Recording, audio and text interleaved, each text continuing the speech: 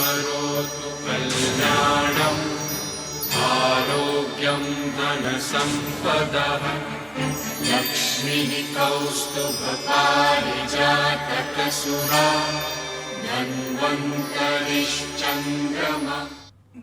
नमस्कार, आप देख रहे हैं हमारी खास पेशकश आयुष्मान भव और मैं हूं आपके साथ जायरा अली। अपने इस खास कार्यक्रम के जरिए हम आयुर्वेद पद्धति के जरिए उपचार के तरीके आपको घर बैठे बताने का प्रयास करते हैं। आज हम चर्चा करने जा रहे हैं कैंसर के बारे में। हम आपको आयुर्वेद के जरिए कैंसर के उपचार के बारे में बताएंगे। अगर इस समस्या से जुड़ा आपका कोई सवाल है तो आप हमारे साथ इस कार्यक्रम का हिस्सा बन सकते हैं। आयुर्वेदिक उपचार में कैंसर के लिए कोई निश्चित परिभाषा नहीं है। आयुर्वेद में कैंसर की सूजन के रूप में पहचान की गई है। आयुर्वेद के अनुसार ये रोग निरंतर बढ़ता रहता है या अल्सर की तरह शरीर में गहराई से फैला हुआ होता है।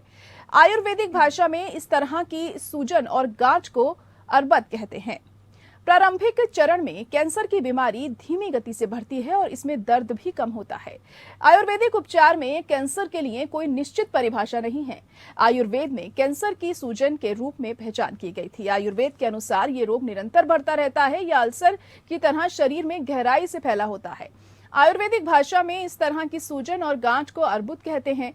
प्रारंभिक चरण में कैंसर की बीमारी धीमी गति से बढ़ती है और इसमें दर्द भी कम होता है।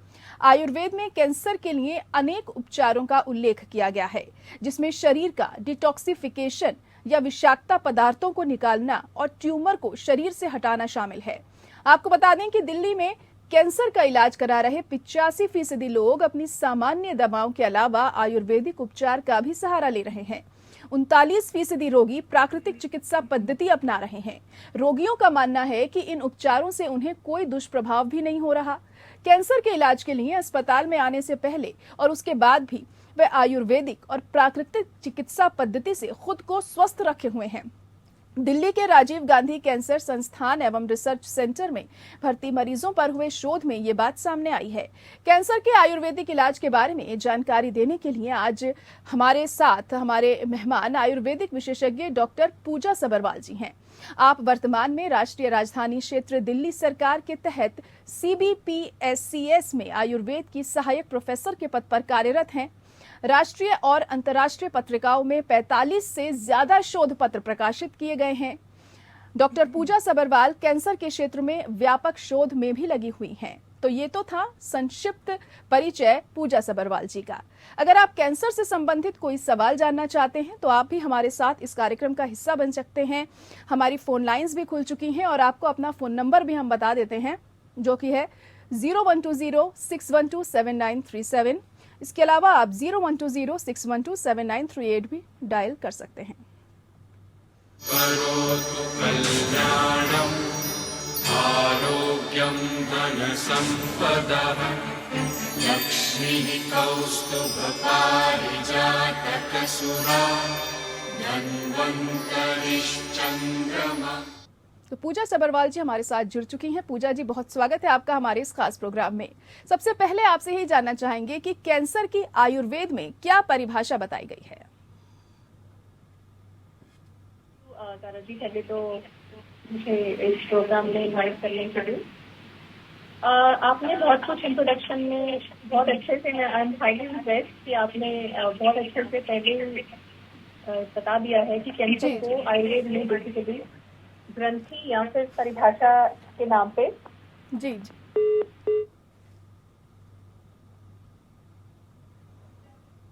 जी पूजा जी, आप सुन पा रही हैं मुझे? लग रहा है पूजा जी से कुछ तकनीकी खराबी के कारण अभी संपर्क हमारा टूट गया है। तो आज हम कैंसर के बारे में बात कर रहे हैं। आयुर्वेद में कैंसर का उपचार कैसे किया जा सकता है और हम ये भी आपको बताएंगे कि आखिर कैंसर आपको कैसे हो सकता है, क्या कुछ इसके सिम्टम्स होते हैं और शुरुआती लक्षण सबसे महत्वपूर्ण होते हैं। अगर शुरुआत में ही किसी भी बीमारी की आपको जानकारी हो जाए और आपको पता चल जाए उन लक्षणों के जरिए कि आपको कैंसर होने की संभावना है, तो आप पहले ही इलाज करा सकते हैं। तो इसलिए यहाँ पर लक्षण बहुत ज्यादा महत्वपूर्ण हैं। हम आपको विस्तार से बताएंगे। हमारी डॉक्टर साहब लगातार जुड़ी रहेंगी हमारे साथ और आपके सवालों का जवाब भी देंगी। अगर आप इस मसले से जुड़ा कोई सवाल पूछना चाहते हैं, कैंसर की बीमारी से जुड़ा कोई सवाल पूछना चाहते हैं, तो आप हमें कॉल कर सकते हैं। फोन नंबर भी हमारा आपके टीवी स्क्रीन पर लगातार फ्लैश हो रहा है। तो आयुर्वेद के जरिए कैंसर को कैसे खत्म किया जा सकता है, ये हम आपको बताएंगे। और साथ ही साथ आपको बता दें कि करीब 85% लोग ऐसे हैं जो कैंसर का नॉर्मल इलाज तो करवा ही रहे हैं, एलोपैथिक इलाज तो करवा रहे हैं, लेकिन आयुर्वेद का सहारा भी वो ले रहे हैं और इसका कोई दुष्प्रभाव नहीं होता है, कोई साइड इफेक्ट्स नहीं होते हैं। तो आयुर्वेद एक बेहतर विकल्प है अगर आपको एलोपैथी में इलाज से कोई खास फायदा नहीं पहुंच रहा है तो। हालांकि आयुर्वेद में जो असर करती है चीज वो थोड़ा धीरे धीरे असर करती है, लेकिन एक पुख्ता तौर पर असर करती है। इसी वजह से अपना ये खास कार्यक्रम हम आप लोगों के लिए लेकर आते हैं ताकि आयुर्वेद के जरिए जो तमाम बीमारियां हैं उनका इलाज किस तरीके से किया जाता है ये आप जान सकें। और आज हम बात कर रहे हैं कैंसर के बारे में। तो कैंसर से कैसे बचा जा सकता है, क्या ऐसी चीजें होनी चाहिए जो आप अपनी लाइफस्टाइल में चेंजेस लाइए, क्योंकि इन दिनों कैंसर के मरीजों की संख्या भी लगातार बढ़ती जा रही है और लगातार जो स्थिति है वो गंभीर भी होती चली जा रही है। लेकिन जो इलाज है वो कैंसर का मौजूद है, लेकिन आयुर्वेद में भी बहुत बेहतरीन इलाज कैंसर का बताया गया है और लोग इसे अपनी जिंदगी में लागू भी करते हैं जो कैंसर से पीड़ित होते हैं। और सबसे महत्वपूर्ण होता है अगर आप लाइफस्टाइल में चेंज लाएंगे तो ना सिर्फ कैंसर, तमाम ऐसी बीमारियां हैं जिनसे आप बच सकते हैं। तो डॉक्टर पूजा सब्रवाल हमारे साथ जुड़ेंगी जो आपके सवालों का जवाब देंगी। किसी तकनीकी खराबी के कारण अभी उनसे हमारा संपर्क टूट गया है, लेकिन हमारा फोन नंबर आपके टीवी स्क्रीन पर फ्लैश हो रहा है। अगर आप चाहते हैं इस बारे में कोई भी जानकारी जानना तो आप हमें कॉल कर सकते हैं, डॉक्टर साहब आपके सवाल का जवाब देंगे।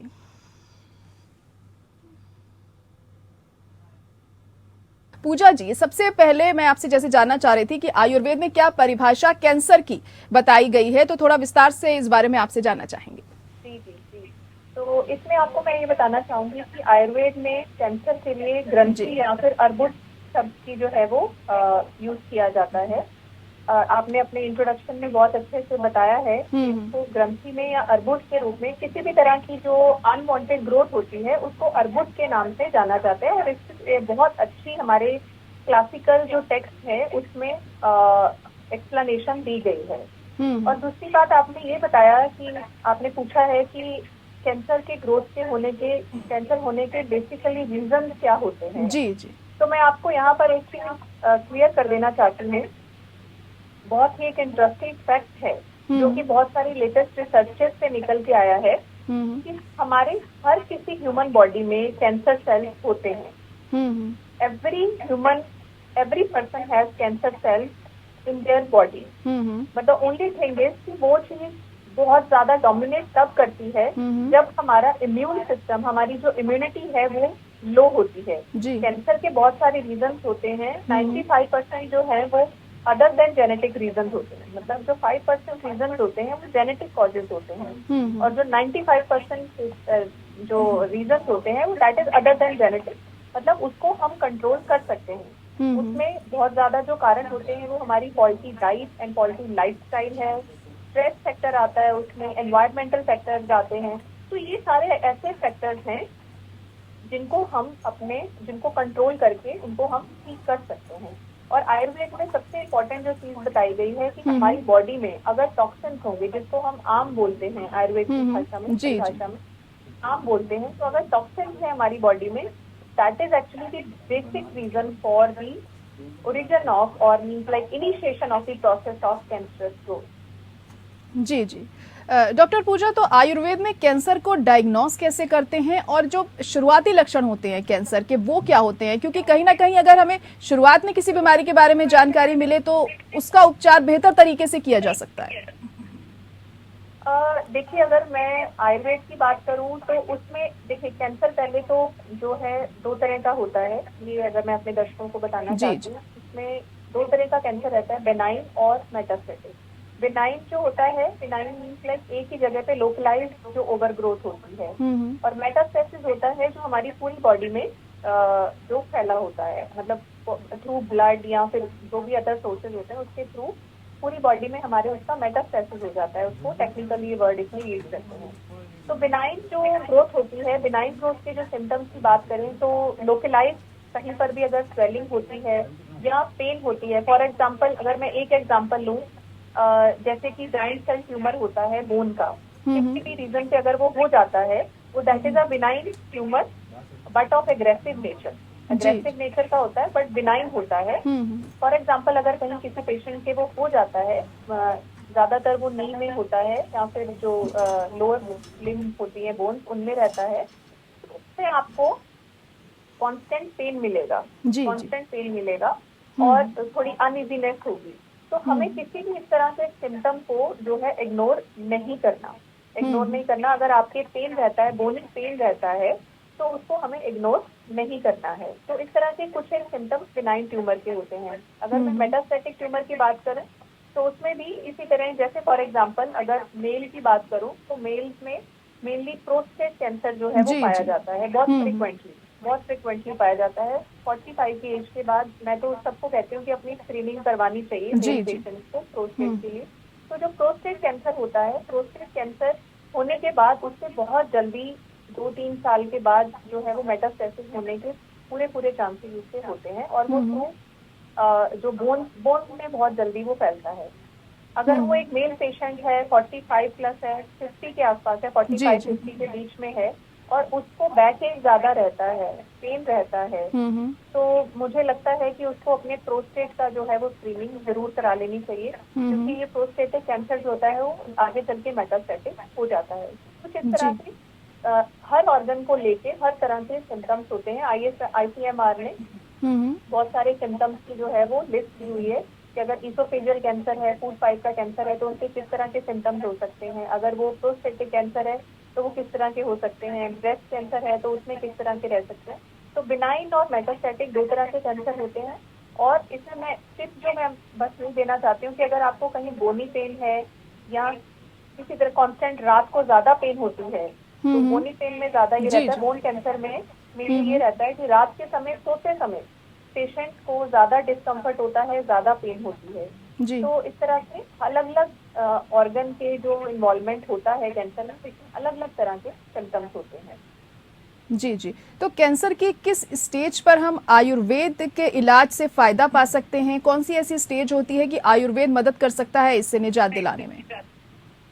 देखिए, मैं इसमें ये कहना चाहूंगी कि सबसे पहले तो हम कोशिश करें कि कैंसर हो ना। जी। ठीक है, जैसे मैंने आपको बताया कि 5% जो है वो जेनेटिक रीजन होते हैं जिनको हम कंट्रोल नहीं कर सकते। जी।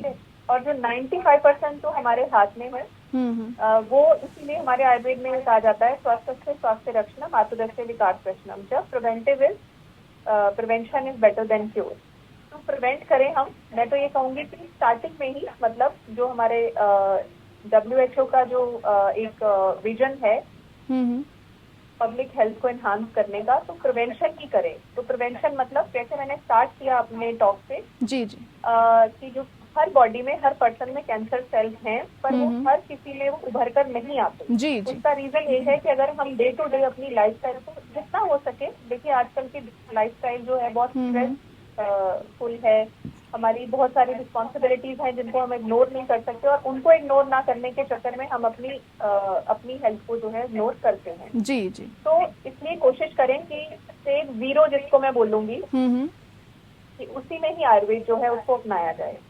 ठीक है जी। डेली जो है वो हमारे सीजनल रेजिमेंट बताया हुआ है कि according to which season what should be mean dos and don'ts are there, specific dos and don'ts are there, that should be followed, है ना। अभी कोविड के सिनेरियो की वजह से पब्लिक जो है they are toward ayurvedic pathy, तो बहुत कुछ उन्होंने जान लिया है इन 2 सालों में, बहुत कुछ उन्होंने जान लिया है कि आयुर्वेद को एज अ प्रिवेंशन पैथी कैसे हम इसको इंटरवेन कर सकते हैं। तो मैं इस पे ज्यादा स्ट्रेस दूंगी कि कैंसर हो ना, इसलिए 0 स्टेज पे ही उसको जो आयुर्वेद को है उसको अपनाया जाए। जी बिल्कुल। उसके बाद जो आपका स्पेसिफिक क्वेश्चन है कि किस स्टेज पे, तो स्टेज 1, 2, 3 हमारे पास हर तरह के पेशेंट आते हैं। मैं बहुत ज्यादा फॉल्स क्लेम्स नहीं करूंगी इस माध्यम से। देखिए, जब कैंसर बहुत ज्यादा मेटास्टेसिस हो जाता है तो उसमें तो चाहे वो एलोपैथिक पैथी है चाहे वो आयुर्वेदिक पैथी है, उसमें थोड़ा डिफिकल्ट तो जरूर होता है उसको कंट्रोल करना। बट ये स्टेज 1 पे, स्टेज 2 पर, स्टेज 3 तक भी हम आयुर्वेद को इंटरवेन करके जो एलोपैथिक ट्रीटमेंट भी चल रहा है, इंटीग्रेटेड अप्रोच से हम अगर पेशेंट को अगर ठीक करें तो हमें ज्यादा अच्छे रिजल्ट मिलते हैं। क्योंकि कीमोथेरेपी, रेडियोथेरेपी लेने से साइड इफेक्ट्स रहते हैं। तो हम क्वालिटी ऑफ लाइफ जो है वो पेशेंट का वो किसी भी स्टेज पे कुछ परसेंटेज तक आयुर्वेद के इंटरवेंशन से हम ठीक कर सकते हैं। जी जी, तो आप समर्थन करती हैं एलोपैथी में जिस तरीके से कीमोथेरेपी के जरिए इलाज होता है, तो क्या आयुर्वेद समर्थन करता है इस बात का? देखिए, जिस तरह की ट्रीटमेंट, जिस तरह से हमारे पास पेशेंट आते हैं, जो एक्सपीरियंस है मेरा, I will be very honest कि कुछ एक जो ट्रीटमेंट है वो हमारी कीमोथेरेपी और रेडियोथेरेपी वो मस्ट है। जी, अगर जी, मैं जी। पेशेंट को बोल दूं कि आप छोड़ दीजिए, कीमोथेरेपी मत कराइए, रेडियोथेरेपी मत कराइए और आयुर्वेद में आ जाइए, तो आई थिंक ये जस्टिफाइड नहीं होगा। जी कुछ जी। जो ट्रीटमेंट है वो एलोपैथिक साइड से हम करें और कुछ हम जो है वो आयुर्वेद से करें, तो मुझे लगता है इंटीग्रेटेड एक फ्रेमवर्क से हम पेशेंट को बहुत अच्छा ट्रीटमेंट दे सकते हैं। और इसको आई थिंक कंसिडर करते हुए हमारे all India institute of medical sciences में एक इंटीग्रेटेड सेंटर है जहाँ पे बहुत सारे कोलैबोरेटिव प्रोजेक्ट हम दोनों पैथीज को कोलैबोरेट करके कैंसर को ठीक करने के लिए, कैंसर को हम कितना हम पेशेंट को रिलीफ दे सकते हैं, वो हमने इनिशिएट हमारी गवर्नमेंट ने करे हुए हैं। जी बिल्कुल, तो एलोपैथी और आयुर्वेद मिला करके इलाज करें तो बेहतर तरीके से जो नतीजे हैं वो सामने आएंगे, ये आपका तात्पर्य है कहने का? मैं जी जी। कहूंगी कि हम एज अ प्रिवेंशन थेरेपी अगर जी बिल्कुल। डे टू डे लाइफ में करें तो 95% जो कैंसर के कॉजेज हैं हम उसको कवर अप जी कर बिल्कुल, सावधानी बहुत जरूरी है, प्रिवेंशन बहुत जरूरी है अगर आपको बचना है कैंसर से। तो आयुर्वेद में कैंसर के लिए डिटॉक्सिफिकेशन के बारे में भी बताया गया है, उसके बारे में थोड़ा जानना चाहेंगे, उसकी क्या कुछ प्रक्रिया होती है?